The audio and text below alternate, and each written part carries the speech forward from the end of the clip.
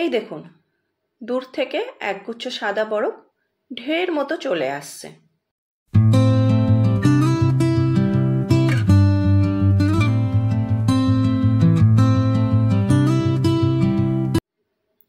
আসলে সুইডেনের দেশগুলিতে বরফ পড়ে রাস্তা ঢেকে সাদা হয়ে গেলে এই যে গাড়িটি দেখছেন, এর কাজ হলো বরফগুলো সরিয়ে রাস্তা পরিষ্কার করা, যাতে গাড়ি হোক বা মানুষজন সবাই ভালোভাবে রাস্তায় চলাচল করতে পারে।